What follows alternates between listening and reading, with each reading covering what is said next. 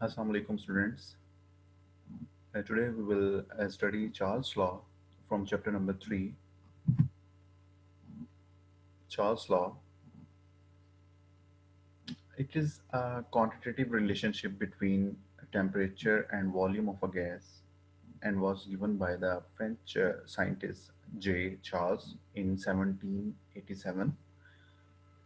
Actually ये law क्या कहता है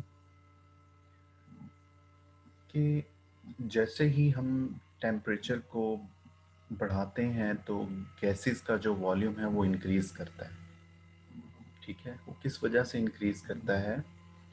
आपको पता है कि जब हीट किया जाता है किसी चीज़ को तो उन चीज़ों के मॉलिक्यूल्स की काइनेटिक एनर्जी जो है वो बढ़ जाती है। ठीक है, काइनेटिक एनर्जी बढ़ने की वजह से उन चीज़ों की मूवमेंट्स बढ़ जाती हैं। मूवमेंट बढ़ने से वो चीज़ें जो है वो एक दूसरे के साथ टकराती हैं, कंटेनर के वॉल्स के साथ आपस में टकराती हैं, जिसकी वजह से उसके वॉल्यूम में इंक्रीज हो जाएगा। वॉल्यूम इंक्रीज हो जाएगा अगर हम उसका प्रेशर कांस्टेंट रखेंगे। ठीक है, यहाँ पे इसकी प्रॉपर डेफिनेशन देखते हैं।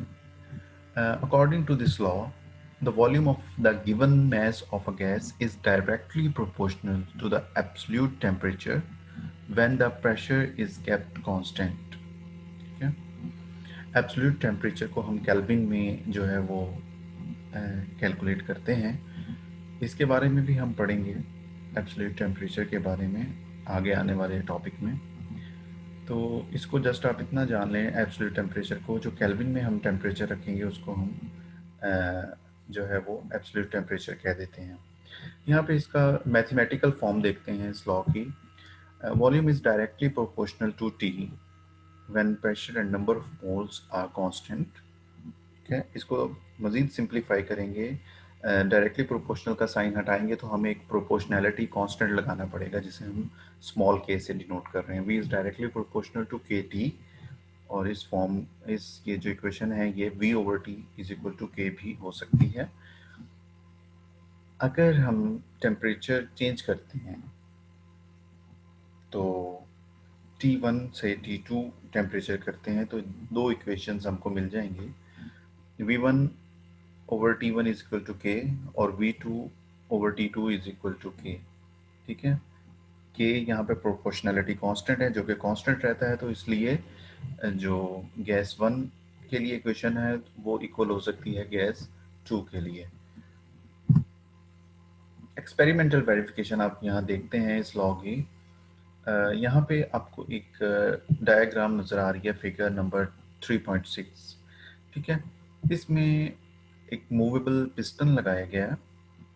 तो आप यहाँ पे देख सकते हैं वॉल्यूम V1 है और टेम्परेचर T1 है।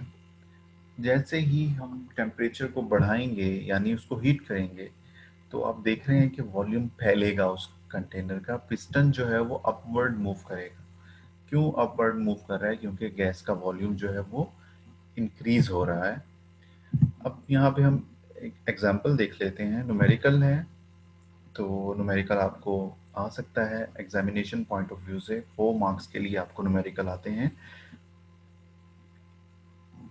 एग्जाम्पल नंबर 2 देखें, इसकी स्टेटमेंट पढ़ते हैं। 250 cm cube of hydrogen is cooled from 127 degree Celsius to -270 to 27 degree Celsius by maintaining the pressure constant.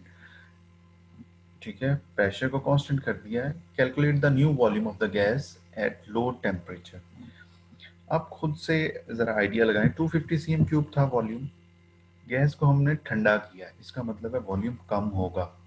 तो आपका आंसर आप 250 cm क्यूब से कम एक्सपेक्ट कर रहे हैं। तो इसको हम मैथमेटिकली देखते हैं, इसको जो है वो सॉल्व करके देखते हैं। डाटा हमारे पास है, इनिशियल वॉल्यूम 250 cm क्यूब है, इसे डीएम क्यूब में कन्वर्ट कर देंगे, 0.25 डीएम क्यूब हो जाएगा। इनिशियल टेम्परेचर आपके पास 127 डिग्री सेल्सियस था। अब डिग्री सेल्सियस को हमने केल्विन में लेके जाना है, क्योंकि ये एब्सोल्यूट टेम्परेचर पे जो है ये लॉ जो है वो फॉलो होता है। तो 273 केल्विन ऐड करेंगे तो 400 केल्विन बन जाएगा। फाइनल टेम्परेचर हमारे पास -27 डिग्री सेल्सियस था, उसमें 273 को ऐड करेंगे तो ये 246 केल्विन बन जाएगा। और फाइनल वॉल्यूम हमने मालूम करना है। इक्वेशन आपको पता है चार्ल्स लॉ की, V1/T1 is equal to V2/T2। V2 हमने मालूम करना है, तो V2 को हम लेफ्ट हैंड साइड पे रखते हैं इस तरह से, और इक्वेशन को जब रीअरेंज करते हैं तो कुछ इस तरह की इक्वेशन आपको मिल जाएगी। तो V2 V1 की वैल्यूज हमारे पास हैं 0.25 dm³ ऑल राइट। और T2 हमारे पास है 246 केल्विन और T1 हमारे पास है 400 केल्विन। इसको आप सॉल्व करेंगे तो आपके पास आंसर आएगा 0.153 dm³।